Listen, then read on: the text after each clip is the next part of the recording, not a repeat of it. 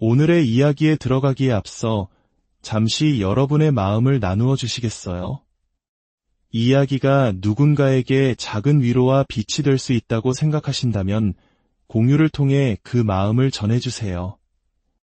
여러분의 구독과 좋아요는 저희가 더 깊이 있는 이야기를 만드는데 큰 힘이 됩니다. 이 시간을 함께하는 모든 분들의 삶에 평온과 지혜가 깃들기를 기도합니다. 당신은 몇 번까지 참을 수 있습니까? 아니요, 이것은 무례한 질문이 아닙니다. 당신의 사적인 영역을 침범하려는 의도도 없습니다. 그저 우리 모두의 마음속에 한 번쯤 던져봐야 할 솔직하고도 아픈 질문입니다.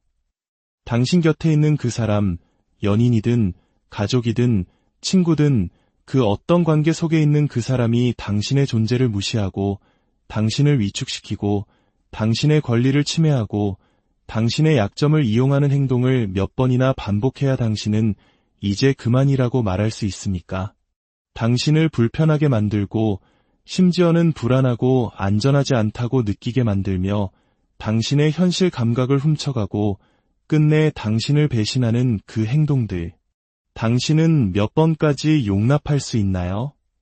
어쩌면 우리는 마음속으로 이렇게 생각하고 싶을 겁니다. 한 번, 많아도 3번이면 충분해. 그 이상은 절대 안 돼. 하지만 솔직해져 봅시다. 현실은 그렇지 않다는 것을 우리 모두 알고 있습니다. 저 역시 제 인생에서 그 숫자가 수백, 어쩌면 수천 번에 가까워졌던 순간들이 있었음을 고백하지 않을 수 없습니다.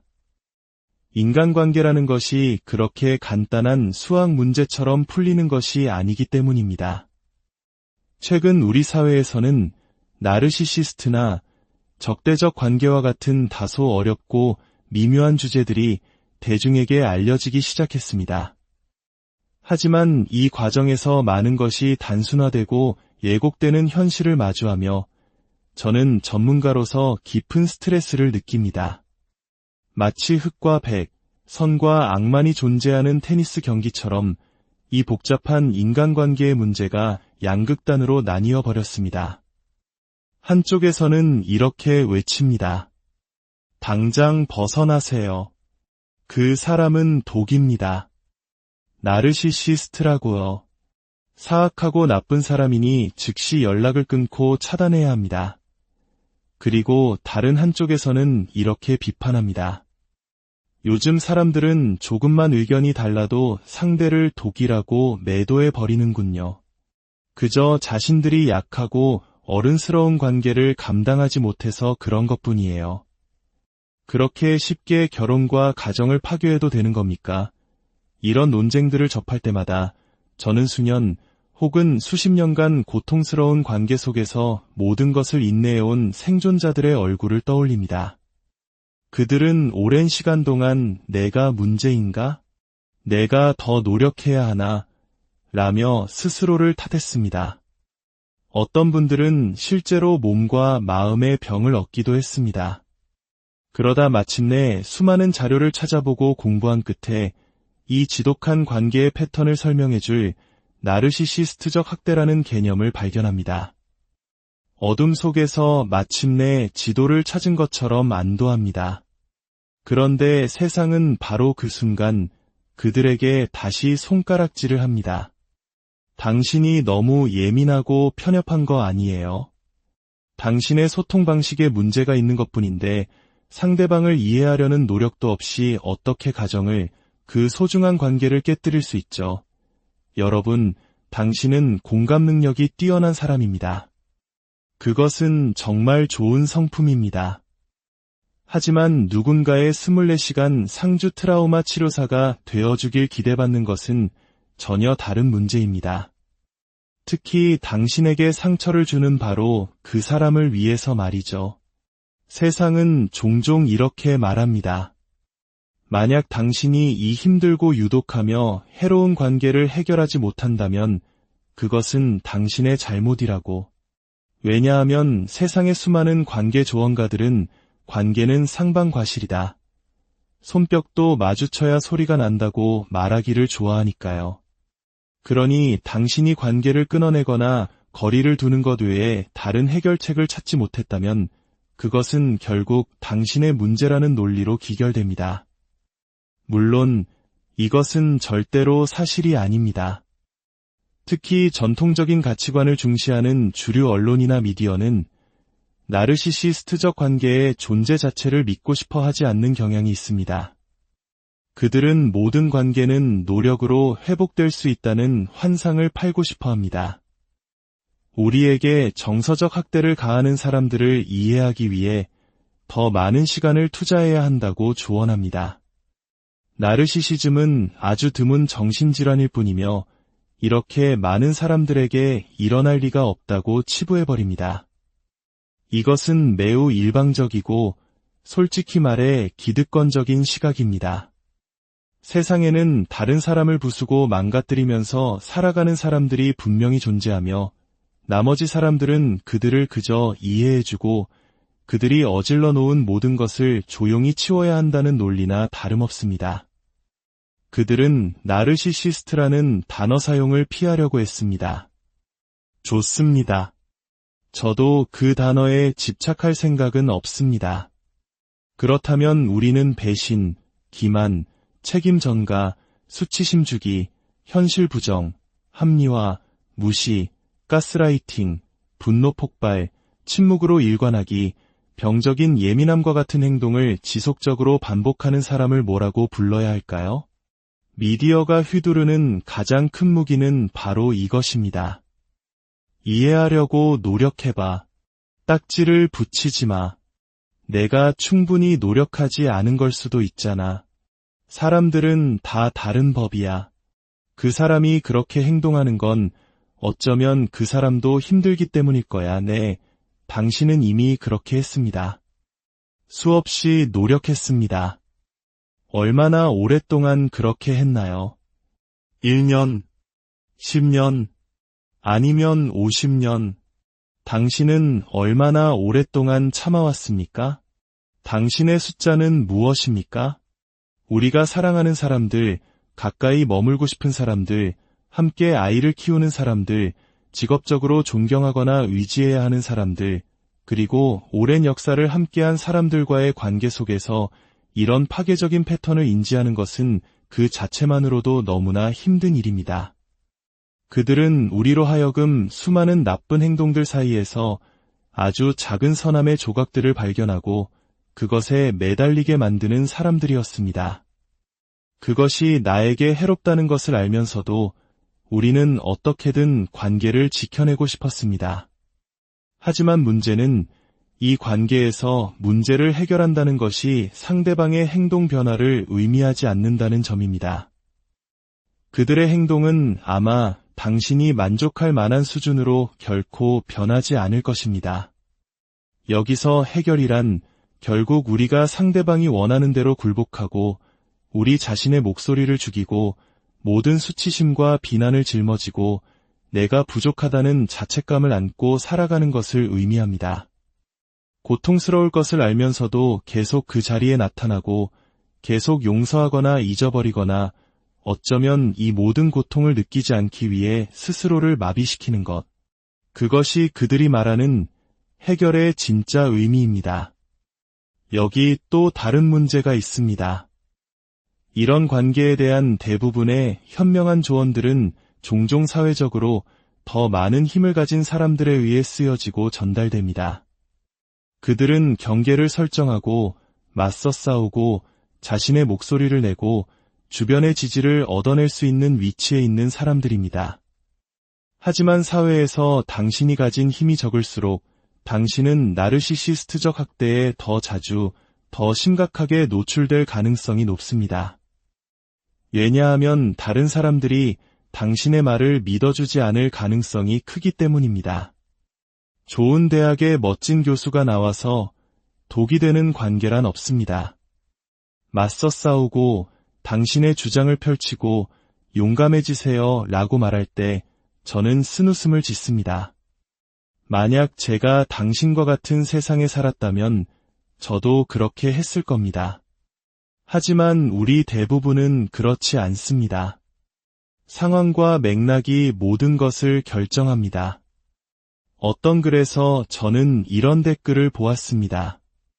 나르시시즘에 대한 인식이 위험한 세대적 유행이며 나르시시스트나 독과 같은 단어를 쓰는 사람들은 단지 자신과 맞지 않는 사람들을 구제불능으로 낙인 찍고 관계를 끊어버리려는 파괴적인 이들이라고 비난하는 내용이었습니다. 그들은 우리가 다른 사람들의 가정을 파괴하기 위해 나타난 악당이라도 되는 것처럼 말했습니다. 그 글을 읽으며 가슴이 무너지는 것 같았습니다.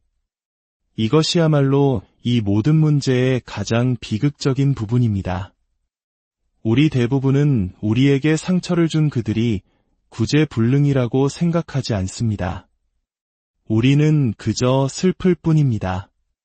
관계가 왜 달라질 수 없었는지에 대해 깊은 슬픔을 느낍니다. 우리는 그들을 사랑하고 싶었고 사랑하면서 안전함을 느끼고 싶었습니다. 우리는 인생의 수많은 시간을 다르기를 바라며 보냈고 다르게 만들려고 노력했으며 잠 못 이루는 밤을 수없이 보내며 눈물을 흘렸습니다. 우리는 도덕적 우월감에 취해 넌 나르시시스트야 라고 손가락질하며 그들이 얼마나 끔찍한 사람인지 떠들고 다닌 것이 아닙니다. 아닙니다. 우리는 그들을 위해 아파했고 우리 자신을 위해 아파했으며 이 모든 것에 의해 상처받은 다른 모든 사람들을 위해 아파했습니다. 그런데 우리가 이 관계의 실체를 이야기하고 있는 그대로 부르기 시작했다는 이유만으로 우리가 다른 사람의 관계를 망치러 온 악당 취급을 받아야 한다는 사실이 저를 너무나 혼란스럽게 합니다. 그렇게 비난하는 사람들은 왜 잠시 멈춰서 생각해보지 않을까요? 대다수의 사람들은 한 관계에 의해 반복적으로 영혼까지 부서지기 전까지는 결코 그 관계에서 멀어지려 하지 않는다는 사실을 말입니다. 그들은 도대체 어떤 행동들이 있었기에 한 사람이 그토록 필사적으로 관계를 떠나고 싶어 했는지에 대해서는 조금도 고려하지 않습니다. 물론 이런 관계는 직장에서도 일어납니다. 하지만 감정적인 차원에서는 가족이나 연인 관계와는 전혀 다른 게임입니다. 직장에서의 나르시시스트는 당신의 경력을 망치고 말할 수 없는 고통을 주고 건강을 해치고 재정적인 어려움을 줄 수 있습니다.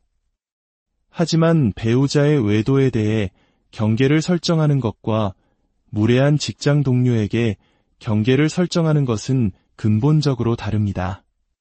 우리를 묶고 있는 정의 깊이가 다르기 때문입니다. 네, 솔직히 말해 저는 지금 매우 화가 나 있습니다.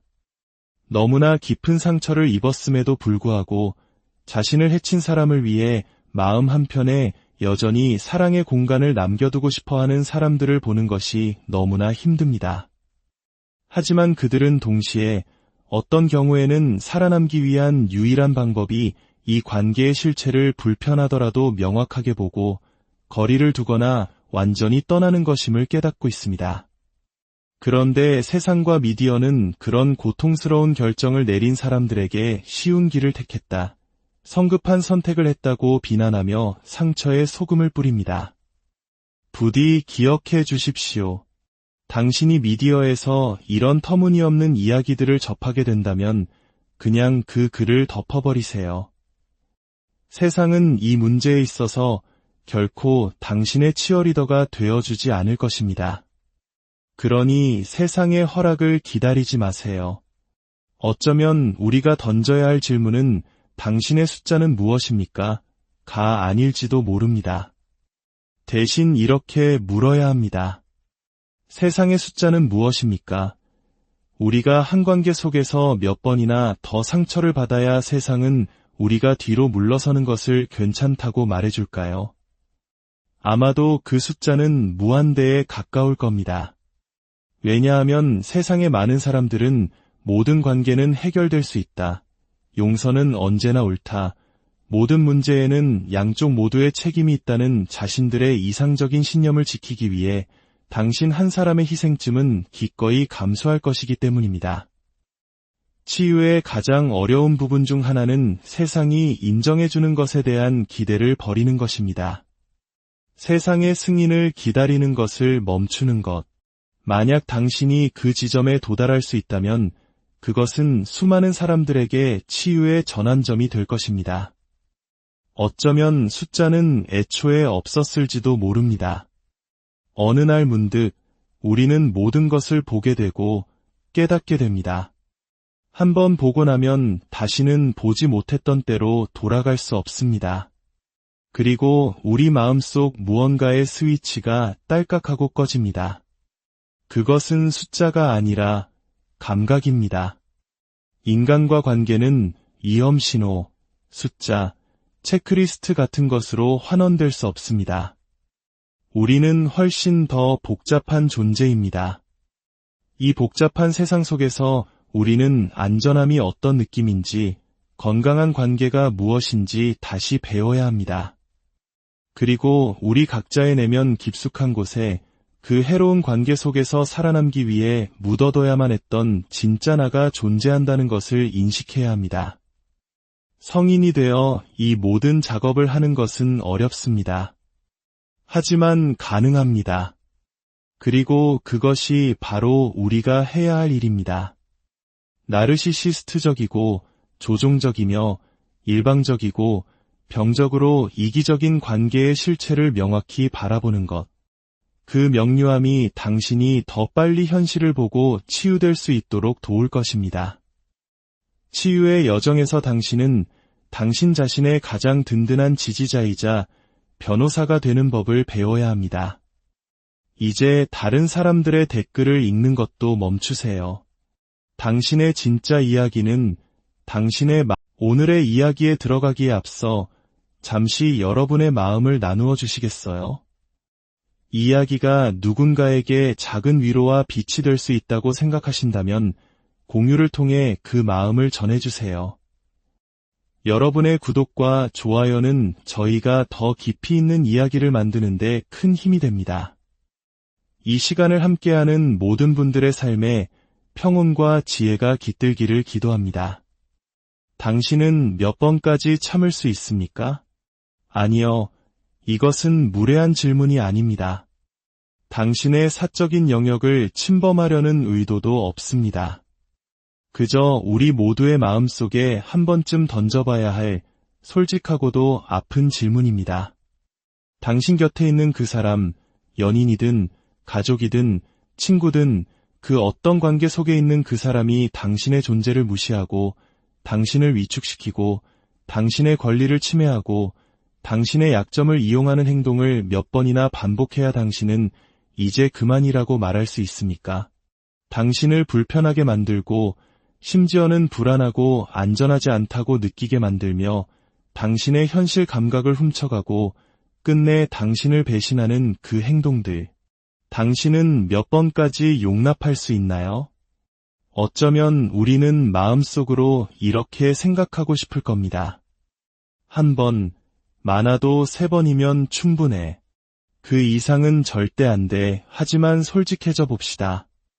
현실은 그렇지 않다는 것을 우리 모두 알고 있습니다. 저 역시 제 인생에서 그 숫자가 수백, 어쩌면 수천 번에 가까워졌던 순간들이 있었음을 고백하지 않을 수 없습니다. 인간관계라는 것이 그렇게 간단한 수학 문제처럼 풀리는 것이 아니기 때문입니다. 최근 우리 사회에서는 나르시시스트나 적대적 관계와 같은 다소 어렵고 미묘한 주제들이 대중에게 알려지기 시작했습니다.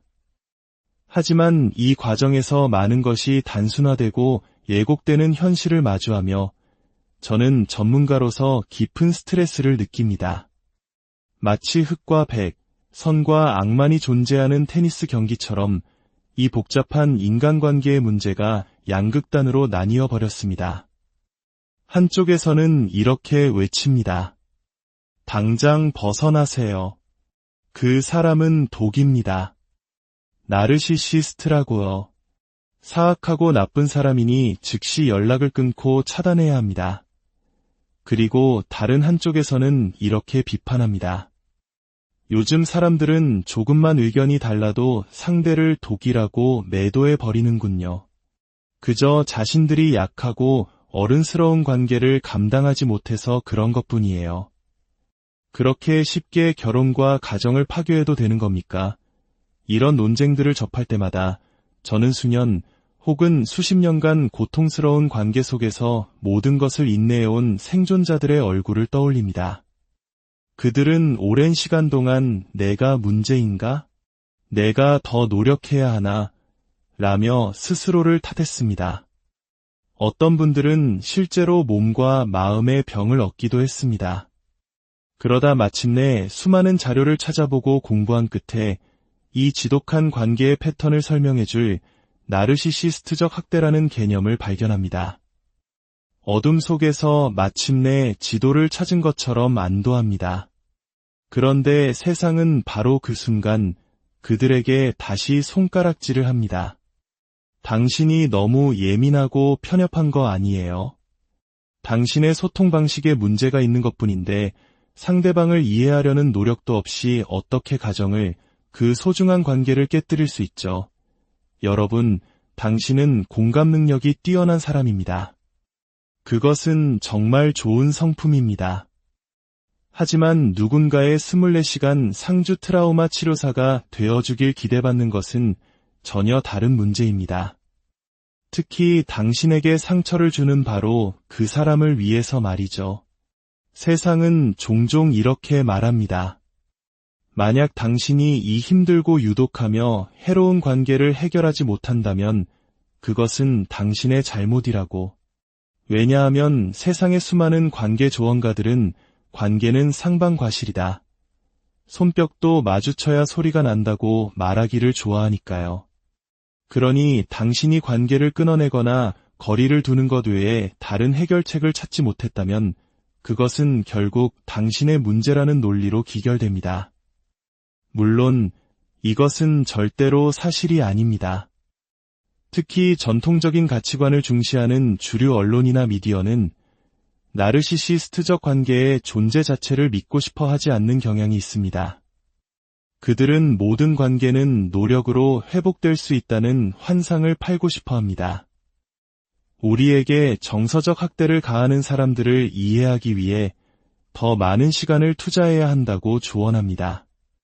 나르시시즘은 아주 드문 정신질환일 뿐이며 이렇게 많은 사람들에게 일어날 리가 없다고 치부해버립니다. 이것은 매우 일방적이고 솔직히 말해 기득권적인 시각입니다. 세상에는 다른 사람을 부수고 망가뜨리면서 살아가는 사람들이 분명히 존재하며 나머지 사람들은 그들을 그저 이해해주고 그들이 어질러 놓은 모든 것을 조용히 치워야 한다는 논리나 다름없습니다. 그들은 나르시시스트라는 단어 사용을 피하려고 했습니다. 좋습니다. 저도 그 단어에 집착할 생각은 없습니다. 그렇다면 우리는 배신, 기만, 책임 전가, 수치심 주기, 현실 부정, 합리화, 무시, 가스라이팅, 분노 폭발, 침묵으로 일관하기, 병적인 예민함과 같은 행동을 지속적으로 반복하는 사람을 뭐라고 불러야 할까요? 미디어가 휘두르는 가장 큰 무기는 바로 이것입니다. 이해하려고 노력해봐. 딱지를 붙이지 마. 내가 충분히 노력하지 않은 걸 수도 있잖아. 사람들은 다 다른 법이야. 그 사람이 그렇게 행동하는 건 어쩌면 그 사람도 힘들기 때문일 거야. 네, 당신은 이미 그렇게 했습니다. 수없이 노력했습니다. 얼마나 오랫동안 그렇게 했나요? 1년, 10년, 아니면 50년. 당신은 얼마나 오랫동안 참아왔습니까? 당신의 숫자는 무엇입니까? 우리가 사랑하는 사람들, 가까이 머물고 싶은 사람들, 함께 아이를 키우는 사람들, 직업적으로 존경하거나 의지해야 하는 사람들, 그리고 오랜 역사를 함께한 사람들과의 관계 속에서 이런 파괴적인 패턴을 인지하는 것은 그 자체만으로도 너무나 힘든 일입니다. 그들은 우리로 하여금 수많은 나쁜 행동들 사이에서 아주 작은 선함의 조각들을 발견하고 그것에 매달리게 만드는 사람들이었습니다. 그것이 나에게 해롭다는 것을 알면서도 우리는 어떻게든 관계를 지켜내고 싶었습니다. 하지만 문제는 이 관계에서 문제를 해결한다는 것이 상대방의 행동 변화를 의미하지 않는다는 점입니다.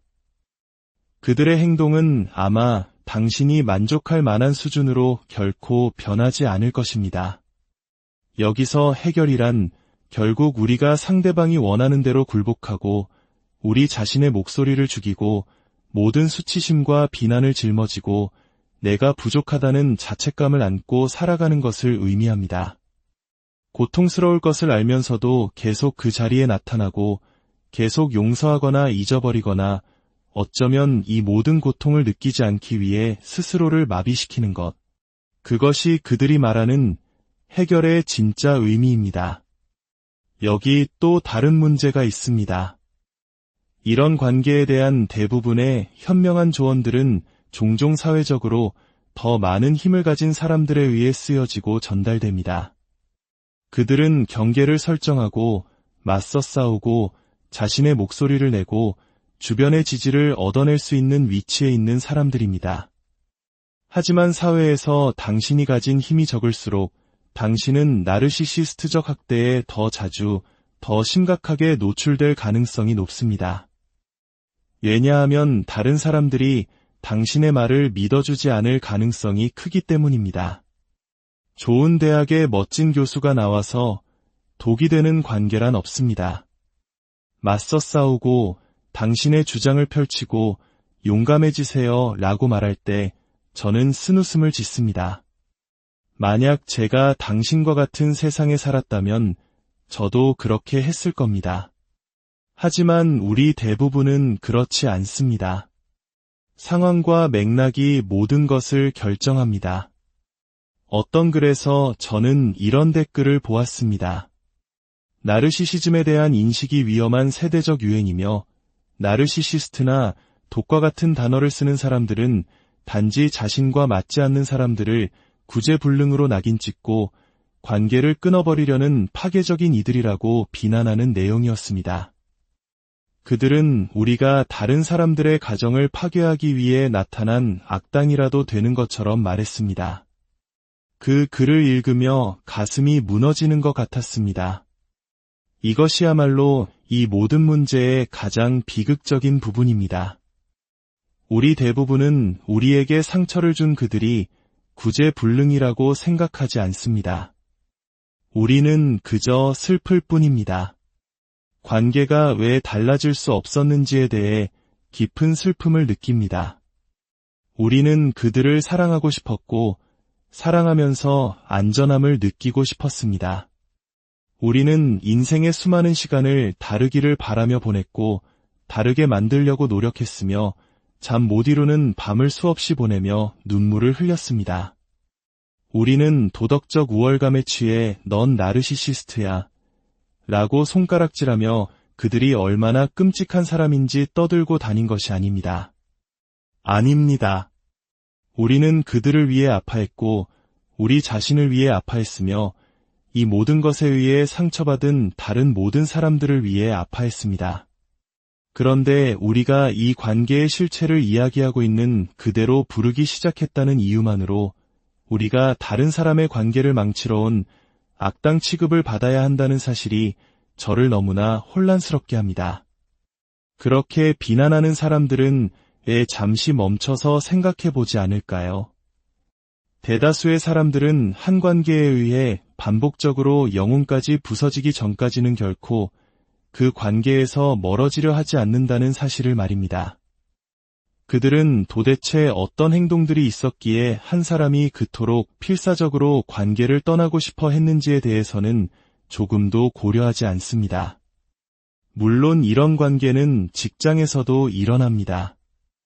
하지만 감정적인 차원에서는 가족이나 연인 관계와는 전혀 다른 게임입니다. 직장에서의 나르시시스트는 당신의 경력을 망치고 말할 수 없는 고통을 주고 건강을 해치고 재정적인 어려움을 줄 수 있습니다. 하지만 배우자의 외도에 대해 경계를 설정하는 것과 무례한 직장 동료에게 경계를 설정하는 것은 근본적으로 다릅니다. 우리를 묶고 있는 정의 깊이가 다르기 때문입니다. 네, 솔직히 말해 저는 지금 매우 화가 나 있습니다.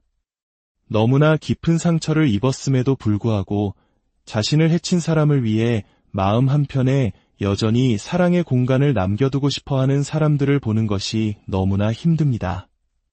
하지만 그들은 동시에 어떤 경우에는 살아남기 위한 유일한 방법이 이 관계의 실체를 불편하더라도 명확하게 보고 거리를 두거나 완전히 떠나는 것임을 깨닫고 있습니다. 그런데 세상과 미디어는 그런 고통스러운 결정을 내린 사람들에게 쉬운 길을 택했다. 성급한 선택을 했다고 비난하며 상처에 소금을 뿌립니다. 부디 기억해 주십시오. 당신이 미디어에서 이런 터무니없는 이야기들을 접하게 된다면 그냥 그 글을 덮어버리세요. 세상은 이 문제에 있어서 결코 당신의 치어리더가 되어주지 않을 것입니다. 그러니 세상의 허락을 기다리지 마세요. 어쩌면 우리가 던져야 할 질문은 당신의 숫자는 무엇입니까? 가 아닐지도 모릅니다. 대신 이렇게 물어야 합니다. 세상의 숫자는 무엇입니까? 우리가 한 관계 속에서 몇 번이나 더 상처를 받아야 세상은 우리가 뒤로 물러서는 것을 괜찮다고 말해줄까요? 아마도 그 숫자는 무한대에 가까울 겁니다. 왜냐하면 세상의 많은 사람들은 모든 관계는 해결될 수 있다. 용서는 언제나 옳다. 모든 문제에는 양쪽 모두의 책임이 있다는 자신들의 이상적인 신념을 지키기 위해 당신 한 사람의 희생쯤은 기꺼이 감수할 것이기 때문입니다. 치유의 가장 어려운 부분 중 하나는 세상이 인정해주는 것에 대한 기대를 버리는 것입니다. 세상의 승인을 기다리는 것을 멈추는 것. 만약 당신이 그 지점에 도달할 수 있다면 그것은 수많은 사람들에게 치유의 전환점이 될 것입니다. 어쩌면 숫자는 애초에 없었을지도 모릅니다. 어느 날 문득 우리는 모든 것을 보게 되고 깨닫게 됩니다. 한번 보고 나면 다시는 보지 못했던 때로 돌아갈 수 없습니다. 그리고 우리 마음속 무언가의 스위치가 딸깍하고 꺼집니다. 그것은 숫자가 아니라 감각입니다. 인간과 관계는 위험신호, 숫자, 체크리스트 같은 것으로 환원될 수 없습니다. 우리는 훨씬 더 복잡한 존재입니다. 이 복잡한 세상 속에서 우리는 안전함이 어떤 느낌인지, 건강한 관계가 무엇인지 다시 배워야 합니다. 그리고 우리 각자의 내면 깊숙한 곳에 그 해로운 관계 속에서 살아남기 위해 묻어둬야만 했던 진짜 나가 존재한다는 것을 인식해야 합니다. 성인이 되어 이 모든 작업을 하는 것은 어렵습니다. 하지만 가능합니다. 그리고 그것이 바로 우리가 해야 할 일입니다. 나르시시스트적이고 조종적이며 일방적이고 병적으로 이기적인 관계의 실체를 명확히 바라보는 것. 그 명료함이 당신이 더 빨리 현실을 보고 치유될 수 있도록 도울 것입니다. 치유의 여정에서 당신은 당신 자신의 가장 든든한 지지자이자 변호사가 되는 법을 배워야 합니다. 이제 다른 사람들의 댓글을 읽는 것도 멈추세요. 당신의 진짜 이야기는 오늘의 이야기에 들어가기에 앞서 잠시 여러분의 마음을 나누어 주시겠어요? 이야기가 누군가에게 작은 위로와 빛이 될 수 있다고 생각하신다면 공유를 통해 그 마음을 전해주세요. 여러분의 구독과 좋아요는 저희가 더 깊이 있는 이야기를 만드는데 큰 힘이 됩니다. 이 시간을 함께하는 모든 분들의 삶에 평온과 지혜가 깃들기를 기도합니다.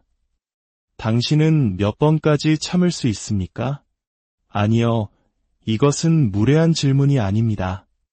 당신의 사적인 영역을 침범하려는 의도도 없습니다. 그저 우리 모두의 마음속에 한 번쯤 던져봐야 할 솔직하고도 아픈 질문입니다. 당신 곁에 있는 그 사람, 연인이든 가족이든 친구든 그 어떤 관계 속에 있는 그 사람이 당신의 존재를 무시하고 당신을 위축시키고 당신의 권리를 침해하고 당신의 약점을 이용하는 행동을 몇 번이나 반복해야 당신은 이제 그만이라고 말할 수 있습니까? 당신을 불편하게 만들고 심지어는 불안하고 안전하지 않다고 느끼게 만들며 당신의 현실 감각을 훔쳐가고 끝내 당신을 배신하는 그 행동들. 당신은 몇 번까지 용납할 수 있나요? 어쩌면 우리는 마음속으로 이렇게 생각하고 싶을 겁니다. 한 번, 많아도 3번이면 충분해. 그 이상은 절대 안 돼. 하지만 솔직해져 봅시다. 현실은 그렇지 않다는 것을 우리 모두 알고 있습니다. 저 역시 제 인생에서 그 숫자가 수백, 어쩌면 수천 번에 가까워졌던 순간들이 있었음을 고백하지 않을 수 없습니다. 인간관계라는 것이 그렇게 간단한 수학 문제처럼 풀리는 것이 아니기 때문입니다. 최근 우리 사회에서는 나르시시스트나 적대적 관계와 같은 다소 어렵고 미묘한 주제들이 대중에게 알려지기 시작했습니다. 하지만 이 과정에서 많은 것이 단순화되고 예곡되는 현실을 마주하며 저는 전문가로서 깊은 스트레스를 느낍니다. 마치 흑과 백, 선과 악만이 존재하는 테니스 경기처럼 이 복잡한 인간관계의 문제가 양극단으로 나뉘어 버렸습니다. 한쪽에서는 이렇게 외칩니다. 당장 벗어나세요. 그 사람은 독입니다. 나르시시스트라고요. 사악하고 나쁜 사람이니 즉시 연락을 끊고 차단해야 합니다. 그리고 다른 한쪽에서는 이렇게 비판합니다. 요즘 사람들은 조금만 의견이 달라도 상대를 독이라고 매도해 버리는군요. 그저 자신들이 약하고 어른스러운 관계를 감당하지 못해서 그런 것뿐이에요. 그렇게 쉽게 결혼과 가정을 파괴해도 되는 겁니까? 이런 논쟁들을 접할 때마다 저는 수년 혹은 수십 년간 고통스러운 관계 속에서 모든 것을 인내해온 생존자들의 얼굴을 떠올립니다. 그들은 오랜 시간 동안 내가 문제인가? 내가 더 노력해야 하나? 라며 스스로를 탓했습니다. 어떤 분들은 실제로 몸과 마음의 병을 얻기도 했습니다. 그러다 마침내 수많은 자료를 찾아보고 공부한 끝에 이 지독한 관계의 패턴을 설명해줄 나르시시스트적 학대라는 개념을 발견합니다. 어둠 속에서 마침내 지도를 찾은 것처럼 안도합니다.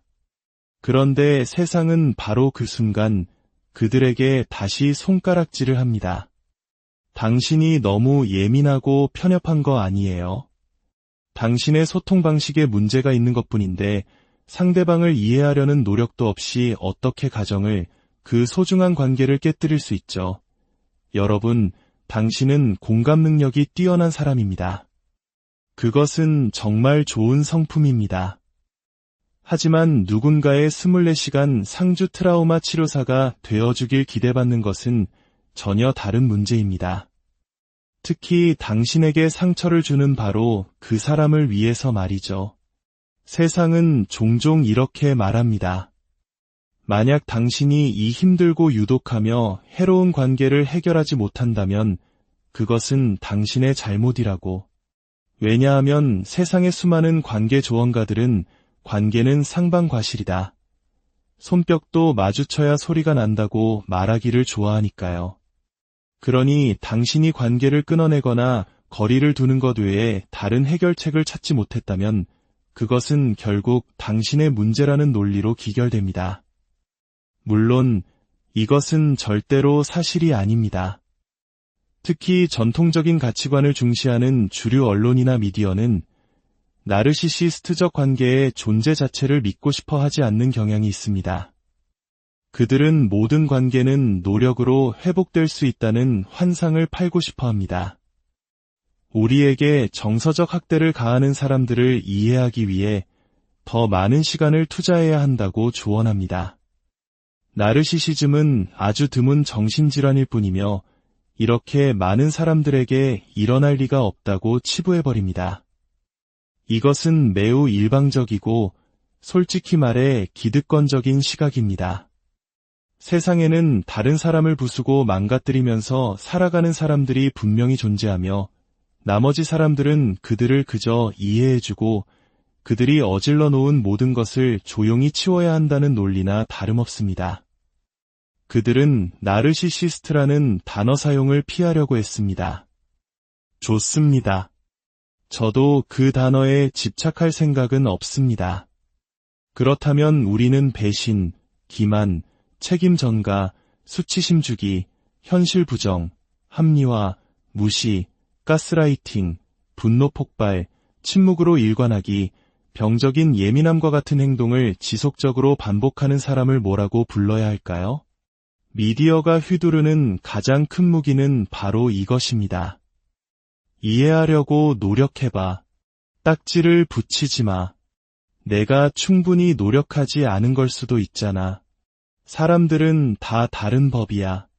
그 사람이 그렇게 행동하는 건 어쩌면 그 사람도 힘들기 때문일 거야. 네, 당신은 이미 그렇게 했습니다. 수없이 노력했습니다. 얼마나 오랫동안 그렇게 했나요? 1년, 10년, 아니면 50년. 당신은 얼마나 오랫동안 참아왔습니까? 당신의 숫자는 무엇입니까? 우리가 사랑하는 사람들, 가까이 머물고 싶은 사람들, 함께 아이를 키우는 사람들, 직업적으로 존경하거나 의지해야 하는 사람들, 그리고 오랜 역사를 함께한 사람들과의 관계 속에서 이런 파괴적인 패턴을 인지하는 것은 그 자체만으로도 너무나 힘든 일입니다. 그들은 우리로 하여금 수많은 나쁜 행동들 사이에서 아주 작은 선함의 조각들을 발견하고 그것에 매달리게 만드는 사람들이었습니다. 그것이 나에게 해롭다는 것을 알면서도 우리는 어떻게든 관계를 지켜내고 싶었습니다. 하지만 문제는 이 관계에서 문제를 해결한다는 것이 상대방의 행동 변화를 의미하지 않는다는 점입니다. 그들의 행동은 아마 당신이 만족할 만한 수준으로 결코 변하지 않을 것입니다. 여기서 해결이란 결국 우리가 상대방이 원하는 대로 굴복하고 우리 자신의 목소리를 죽이고 모든 수치심과 비난을 짊어지고 내가 부족하다는 자책감을 안고 살아가는 것을 의미합니다. 고통스러울 것을 알면서도 계속 그 자리에 나타나고 계속 용서하거나 잊어버리거나 어쩌면 이 모든 고통을 느끼지 않기 위해 스스로를 마비시키는 것. 그것이 그들이 말하는 해결의 진짜 의미입니다. 여기 또 다른 문제가 있습니다. 이런 관계에 대한 대부분의 현명한 조언들은 종종 사회적으로 더 많은 힘을 가진 사람들에 의해 쓰여지고 전달됩니다. 그들은 경계를 설정하고 맞서 싸우고 자신의 목소리를 내고 주변의 지지를 얻어낼 수 있는 위치에 있는 사람들입니다. 하지만 사회에서 당신이 가진 힘이 적을수록 당신은 나르시시스트적 학대에 더 자주, 더 심각하게 노출될 가능성이 높습니다. 왜냐하면 다른 사람들이 당신의 말을 믿어주지 않을 가능성이 크기 때문입니다. 좋은 대학의 멋진 교수가 나와서 독이 되는 관계란 없습니다. 맞서 싸우고 당신의 주장을 펼치고 용감해지세요 라고 말할 때 저는 쓴웃음을 짓습니다. 만약 제가 당신과 같은 세상에 살았다면 저도 그렇게 했을 겁니다. 하지만 우리 대부분은 그렇지 않습니다. 상황과 맥락이 모든 것을 결정합니다. 어떤 글에서 저는 이런 댓글을 보았습니다. 나르시시즘에 대한 인식이 위험한 세대적 유행이며 나르시시스트나 독과 같은 단어를 쓰는 사람들은 단지 자신과 맞지 않는 사람들을 구제불능으로 낙인 찍고 관계를 끊어버리려는 파괴적인 이들이라고 비난하는 내용이었습니다. 그들은 우리가 다른 사람들의 가정을 파괴하기 위해 나타난 악당이라도 되는 것처럼 말했습니다. 그 글을 읽으며 가슴이 무너지는 것 같았습니다. 이것이야말로 이 모든 문제의 가장 비극적인 부분입니다. 우리 대부분은 우리에게 상처를 준 그들이 구제불능이라고 생각하지 않습니다. 우리는 그저 슬플 뿐입니다. 관계가 왜 달라질 수 없었는지에 대해 깊은 슬픔을 느낍니다. 우리는 그들을 사랑하고 싶었고, 사랑하면서 안전함을 느끼고 싶었습니다. 우리는 인생의 수많은 시간을 다르기를 바라며 보냈고, 다르게 만들려고 노력했으며, 잠 못 이루는 밤을 수없이 보내며 눈물을 흘렸습니다. 우리는 도덕적 우월감에 취해 넌 나르시시스트야 라고 손가락질하며 그들이 얼마나 끔찍한 사람인지 떠들고 다닌 것이 아닙니다. 아닙니다. 우리는 그들을 위해 아파했고 우리 자신을 위해 아파했으며 이 모든 것에 의해 상처받은 다른 모든 사람들을 위해 아파했습니다. 그런데 우리가 이 관계의 실체를 이야기하고 있는 그대로 부르기 시작했다는 이유만으로 우리가 다른 사람의 관계를 망치러 온 악당 취급을 받아야 한다는 사실이 저를 너무나 혼란스럽게 합니다. 그렇게 비난하는 사람들은 왜 잠시 멈춰서 생각해보지 않을까요? 대다수의 사람들은 한 관계에 의해 반복적으로 영혼까지 부서지기 전까지는 결코 그 관계에서 멀어지려 하지 않는다는 사실을 말입니다. 그들은 도대체 어떤 행동들이 있었기에 한 사람이 그토록 필사적으로 관계를 떠나고 싶어 했는지에 대해서는 조금도 고려하지 않습니다. 물론 이런 관계는 직장에서도 일어납니다. 하지만 감정적인 차원에서는 가족이나 연인 관계와는 전혀 다른 게임입니다. 직장에서의 나르시시스트는 당신의 경력을 망치고 말할 수 없는 고통을 주고 건강을 해치고 재정적인 어려움을 줄 수 있습니다. 하지만 배우자의 외도에 대해 경계를 설정하는 것과 무례한 직장 동료에게 경계를 설정하는 것은 근본적으로 다릅니다. 우리를 묶고 있는 정의 깊이가 다르기 때문입니다. 네, 솔직히 말해 저는 지금 매우 화가 나 있습니다. 너무나 깊은 상처를 입었음에도 불구하고 자신을 해친 사람을 위해 마음 한편에 여전히 사랑의 공간을 남겨두고 싶어하는 사람들을 보는 것이 너무나 힘듭니다. 하지만 그들은 동시에 어떤 경우에는 살아남기 위한 유일한 방법이 이 관계의 실체를 불편하더라도 명확하게 보고 거리를 두거나 완전히 떠나는 것임을 깨닫고 있습니다. 그런데 세상과 미디어는 그런 고통스러운 결정을 내린 사람들에게 쉬운 길을 택했다. 성급한 선택을 했다고 비난하며 상처에 소금을 뿌립니다. 부디 기억해 주십시오. 당신이 미디어에서 이런 터무니없는 이야기들을 접하게 된다면 그냥 그 글을 덮어버리세요.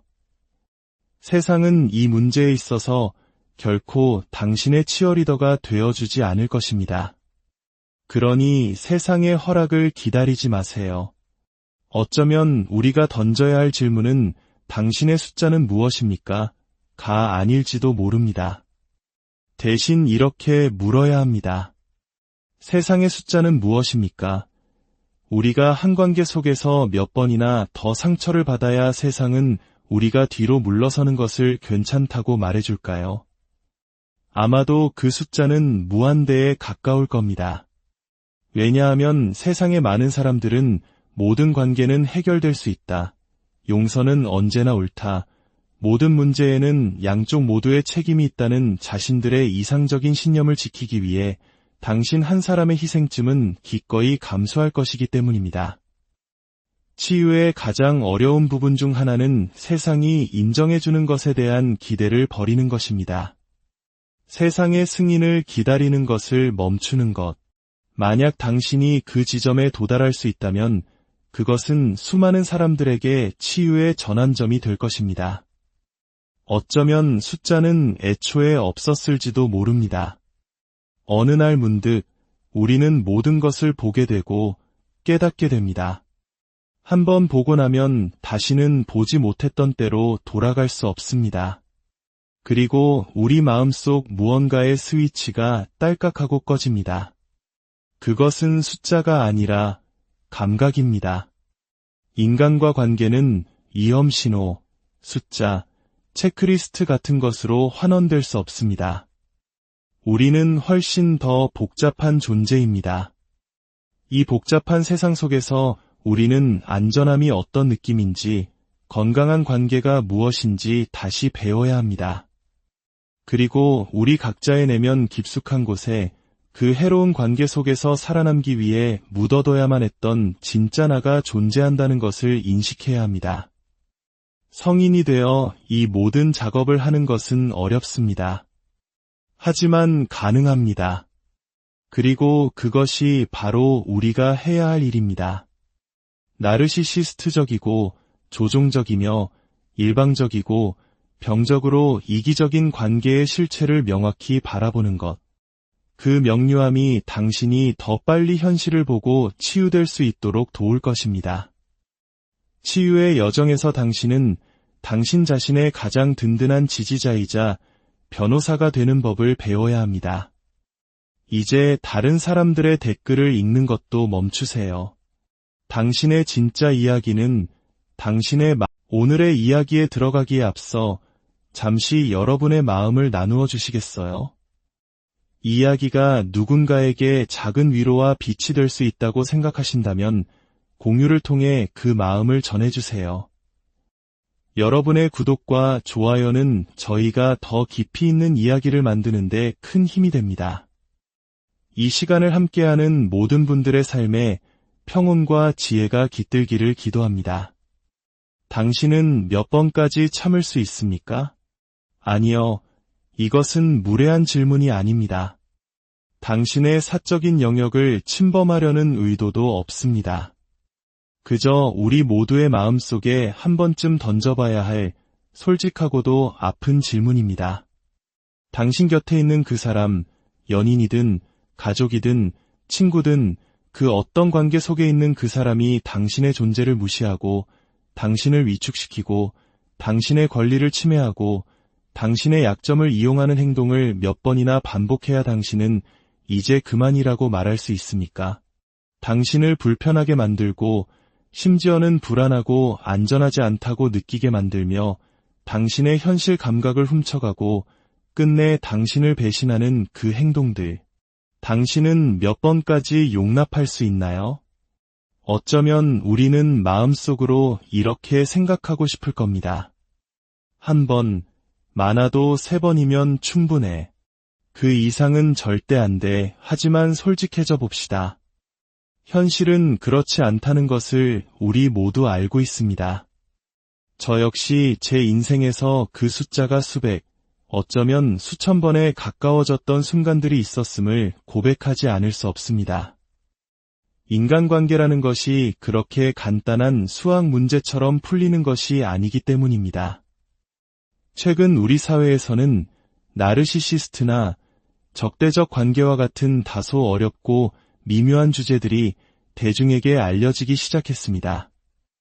하지만 이 과정에서 많은 것이 단순화되고 예곡되는 현실을 마주하며 저는 전문가로서 깊은 스트레스를 느낍니다.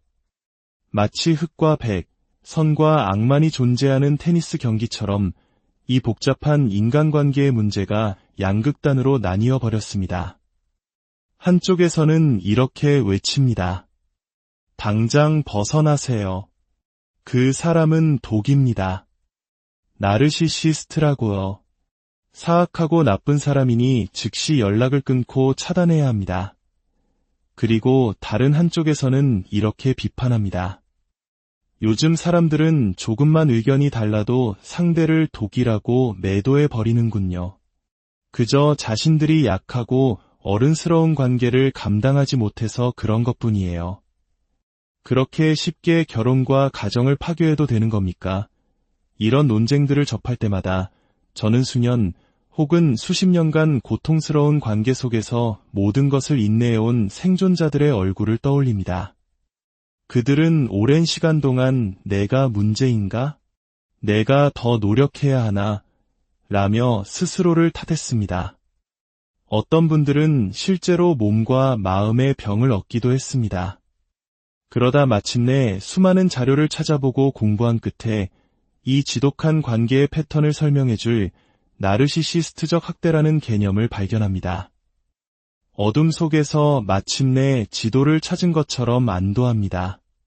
그런데 세상은 바로 그 순간 그들에게 다시 손가락질을 합니다. 당신이 너무 예민하고 편협한 거 아니에요? 당신의 소통 방식에 문제가 있는 것뿐인데 상대방을 이해하려는 노력도 없이 어떻게 가정을, 그 소중한 관계를 깨뜨릴 수 있죠. 여러분, 당신은 공감 능력이 뛰어난 사람입니다. 그것은 정말 좋은 성품입니다. 하지만 누군가의 24시간 상주 트라우마 치료사가 되어주길 기대받는 것은 전혀 다른 문제입니다. 특히 당신에게 상처를 주는 바로 그 사람을 위해서 말이죠. 세상은 종종 이렇게 말합니다. 만약 당신이 이 힘들고 유독하며 해로운 관계를 해결하지 못한다면 그것은 당신의 잘못이라고. 왜냐하면 세상의 수많은 관계 조언가들은 관계는 상방과실이다. 손뼉도 마주쳐야 소리가 난다고 말하기를 좋아하니까요. 그러니 당신이 관계를 끊어내거나 거리를 두는 것 외에 다른 해결책을 찾지 못했다면 그것은 결국 당신의 문제라는 논리로 기결됩니다. 물론 이것은 절대로 사실이 아닙니다. 특히 전통적인 가치관을 중시하는 주류 언론이나 미디어는 나르시시스트적 관계의 존재 자체를 믿고 싶어 하지 않는 경향이 있습니다. 그들은 모든 관계는 노력으로 회복될 수 있다는 환상을 팔고 싶어 합니다. 우리에게 정서적 학대를 가하는 사람들을 이해하기 위해 더 많은 시간을 투자해야 한다고 조언합니다. 나르시시즘은 아주 드문 정신질환일 뿐이며 이렇게 많은 사람들에게 일어날 리가 없다고 치부해버립니다. 이것은 매우 일방적이고 솔직히 말해 기득권적인 시각입니다. 세상에는 다른 사람을 부수고 망가뜨리면서 살아가는 사람들이 분명히 존재하며 나머지 사람들은 그들을 그저 이해해주고 그들이 어질러 놓은 모든 것을 조용히 치워야 한다는 논리나 다름없습니다. 그들은 나르시시스트라는 단어 사용을 피하려고 했습니다. 좋습니다. 저도 그 단어에 집착할 생각은 없습니다. 그렇다면 우리는 배신, 기만, 책임 전가, 수치심 주기, 현실 부정, 합리화, 무시, 가스라이팅, 분노 폭발, 침묵으로 일관하기, 병적인 예민함과 같은 행동을 지속적으로 반복하는 사람을 뭐라고 불러야 할까요? 미디어가 휘두르는 가장 큰 무기는 바로 이것입니다. 이해하려고 노력해봐. 딱지를 붙이지 마. 내가 충분히 노력하지 않은 걸 수도 있잖아. 사람들은 다 다른 법이야. 그 사람이 그렇게 행동하는 건 어쩌면 그 사람도 힘들기 때문일 거야. 네, 당신은 이미 그렇게 했습니다. 수없이 노력했습니다. 얼마나 오랫동안 그렇게 했나요? 1년, 10년, 아니면 50년. 당신은 얼마나 오랫동안 참아왔습니까? 당신의 숫자는 무엇입니까? 우리가 사랑하는 사람들, 가까이 머물고 싶은 사람들, 함께 아이를 키우는 사람들, 직업적으로 존경하거나 의지해야 하는 사람들, 그리고 오랜 역사를 함께한 사람들과의 관계 속에서 이런 파괴적인 패턴을 인지하는 것은 그 자체만으로도 너무나 힘든 일입니다. 그들은 우리로 하여금 수많은 나쁜 행동들 사이에서 아주 작은 선함의 조각들을 발견하고 그것에 매달리게 만드는 사람들이었습니다. 그것이 나에게 해롭다는 것을 알면서도 우리는 어떻게든 관계를 지켜내고 싶었습니다. 하지만 문제는 이 관계에서 문제를 해결한다는 것이 상대방의 행동 변화를 의미하지 않는다는 점입니다. 그들의 행동은 아마 당신이 만족할 만한 수준으로 결코 변하지 않을 것입니다. 여기서 해결이란 결국 우리가 상대방이 원하는 대로 굴복하고 우리 자신의 목소리를 죽이고 모든 수치심과 비난을 짊어지고 내가 부족하다는 자책감을 안고 살아가는 것을 의미합니다. 고통스러울 것을 알면서도 계속 그 자리에 나타나고 계속 용서하거나 잊어버리거나 어쩌면 이 모든 고통을 느끼지 않기 위해 스스로를 마비시키는 것. 그것이 그들이 말하는 해결의 진짜 의미입니다. 여기 또 다른 문제가 있습니다. 이런 관계에 대한 대부분의 현명한 조언들은 종종 사회적으로 더 많은 힘을 가진 사람들에 의해 쓰여지고 전달됩니다. 그들은 경계를 설정하고 맞서 싸우고 자신의 목소리를 내고 주변의 지지를 얻어낼 수 있는 위치에 있는 사람들입니다. 하지만 사회에서 당신이 가진 힘